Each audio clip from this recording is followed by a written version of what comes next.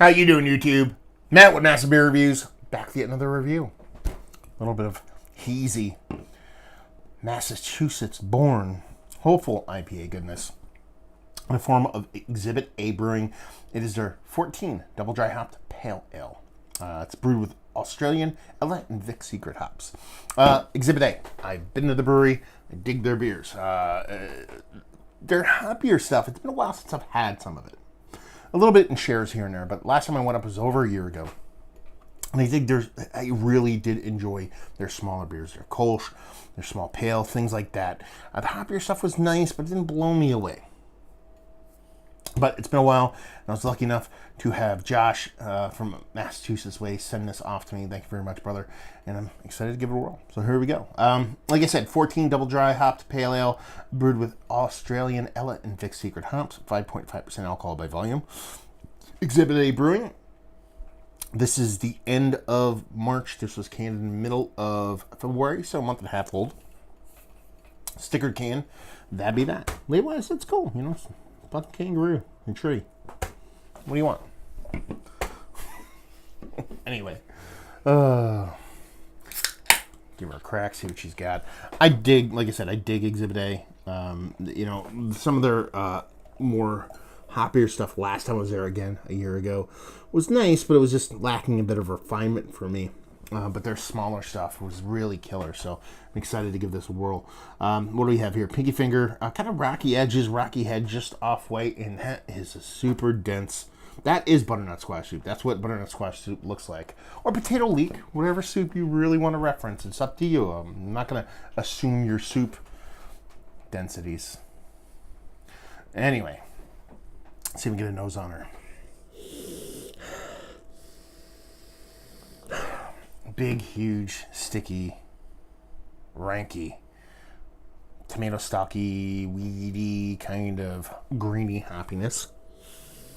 There's a sweetness in there, but that green hoppiness, that icky stickiness kind of props itself up above that. Yeah. There's like a fruit component in that hops, but it's so muddled because that greenness just kind of makes it just kind of a menage, a fruit medley, a fruit cocktail, if you will. Yeah. A little bit of soft, buttery vibes, but she smells dense. She feels dense. She's just big beer. Let's drink her.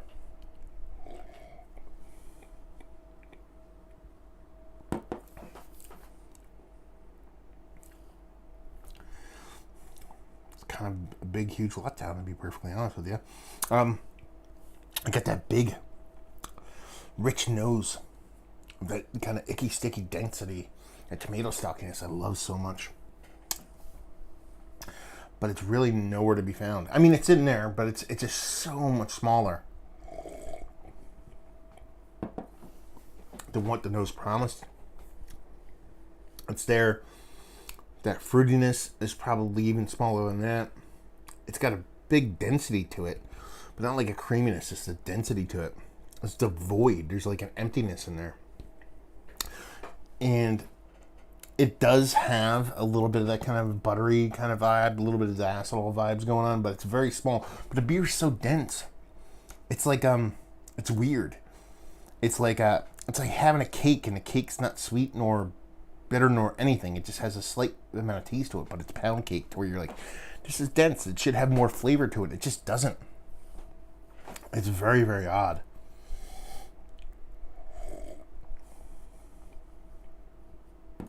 Yeah. There's really not much to it. You know, there's that, like I said, there's a bittering to it. But it lacks any kind of personality. It lacks any kind of chutzpah. It lacks, it's not overly sweet, but it's not sweet at all, but it's kind of sweet, and there's bittering, but it's kind of muddled, generic bittering, and it's dense, but it's not dense in a fluffy, creamy way or in a water nerdy way. It's just kind of dense. It's very kind of middle of the road. Yeah. Kind of excited the way the nose is giving me a little bit of bits and pieces here, but ended up being a dud for me. Yeah.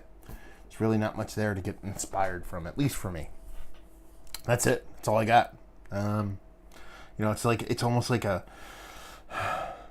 You ever like make food and you mix ingredients together and you keep overcorrecting by adding ingredients to something to where you just get this kind of neutral tone, white noise mush? It's kind of the way it is. Not the best descriptor I've ever given, but there you go. Let's talk about it. Is it one of the better dry hopped DDH IPAs I've had as of late? No. It just doesn't work for me. Value and availability? No idea. Maybe Josh can chime in and leave you with if you like what we like this. If you like, you know what I mean, 10 pounds of fun shoved into a 100-pound bag. You know, it's just kind of washed and diluted, and there's really not much to it. Is it a time date thing? Is it an age thing? Is it a travel thing? I don't think so. And the beer took, a while to get to me, but it was during the end of the winter season. It was not overly cold, and it wasn't overly hot. It was kind of neutral. And, other beers that were in the same package drank quite well. And it's a month and a half old.